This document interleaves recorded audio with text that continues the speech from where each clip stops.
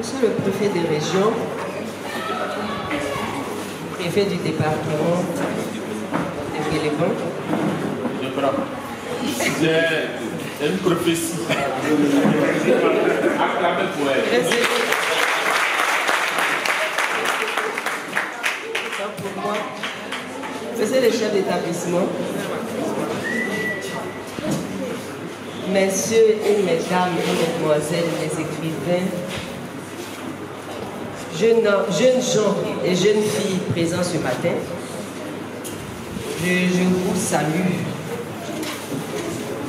Et avant tout propos, je vous remercie d'être restés, d'être venus à l'école ce samedi pour nous recevoir.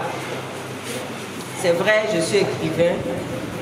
J'aurais bien voulu qu'à cette étape de Béléban, on puisse organiser, comme dans les autres établissements, des séances d'écriture, des séances de lecture, des séances de questions-réponses sur la littérature, des séances de questions-réponses sur la culture du Denguélé en général.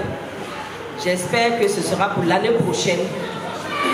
Pour cette année, nous sommes venus nous présenter à vous, vous dire que nous existons. Si vous nous invitez, nous viendrons l'année prochaine pour vraiment approfondir les activités de l'ONG. Cette année, nous sommes juste là pour le volet culturel. Nous allons visiter les sites touristiques et les sites historiques de la ville de Béléban.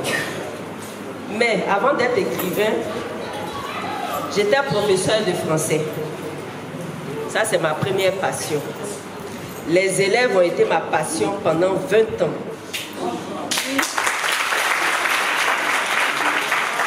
J'ai enseigné le français pendant 20 ans. Pendant 20 ans, je ne sais pas combien d'élèves j'ai eu, mais ce qui fait ma joie et ma fierté, très souvent, quand je vais au supermarché ou bien quand je me promène au plateau, quand je vois un homme, un adulte qui est en veste, qui est bien habillé, et puis qui vient, qui me dit « Bonjour madame », je dis « Toi, tu as été mon élève ». Et aussitôt, j'ai les larmes aux yeux, je suis fière.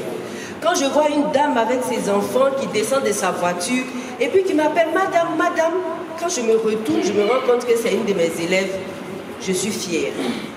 Et demain, je pense que votre chef d'établissement qui est là, votre ACE qui est là, ils seront fiers si demain, ils vous rencontrent dans la vie avec ces attitudes-là.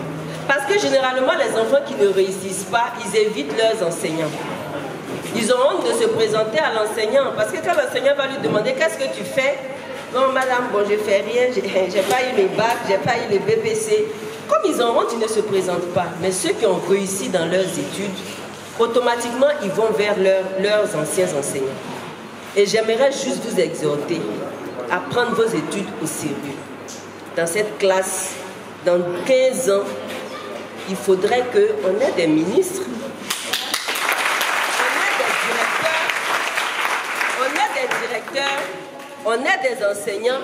Pourquoi pas le premier élève préfet de Côte d'Ivoire, pourquoi est-ce qu'il ne sortirait pas de Béléban? Donc je vous exhorte à étudier, à aimer vos études. Quand on est jeune, ce que nous devons aimer après nos parents, ce sont les études. Et quand on finit avec nos études, on aime notre travail.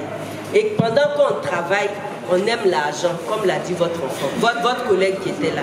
Mais si vous ne travaillez pas, vous n'aurez jamais de l'argent parce qu'aujourd'hui, vous les jeunes, tout ce que vous avez en tête, c'est comment devenir riche. Mais pour devenir riche, légalement, pour devenir riche de la façon la plus propre, il faut que vous étudiez, vous ayez vos diplômes et puis plus tard, quand vous allez travailler, vous allez voir que vous serez riche et vous aurez la tête haute. Mais la richesse vers laquelle vous courez actuellement, cela va vous entraîner en prison. Ça, c'est clair. Je pense que vous le savez. Et je parle de quelle richesse? Qui peut répondre? Oui, vas-y, lève-toi.